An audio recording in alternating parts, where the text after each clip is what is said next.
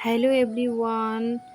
তো চলে আসলাম তোমাদের সামনে ছোট্ট একটা মিনি ব্লগ নিয়ে। আজকে হচ্ছে দুপুরবেলা রান্না করিনি, তার হচ্ছে একটাই কারণ, রাত্রেবেলার কিছু ভাত ছিল, তো তাই হচ্ছে দুপুরবেলা আজকে রান্না করিনি। তো হাজবেন্ড হচ্ছে এসে ভাত খেয়ে চলে গিয়েছে, মানে রাত্রেবেলার যে বাসি ভাতটা ছিল এবং চিকেনের তরকারি ছিল সেগুলো দিয়ে খেয়ে সে ডিউটি আবারও চলে গিয়েছে।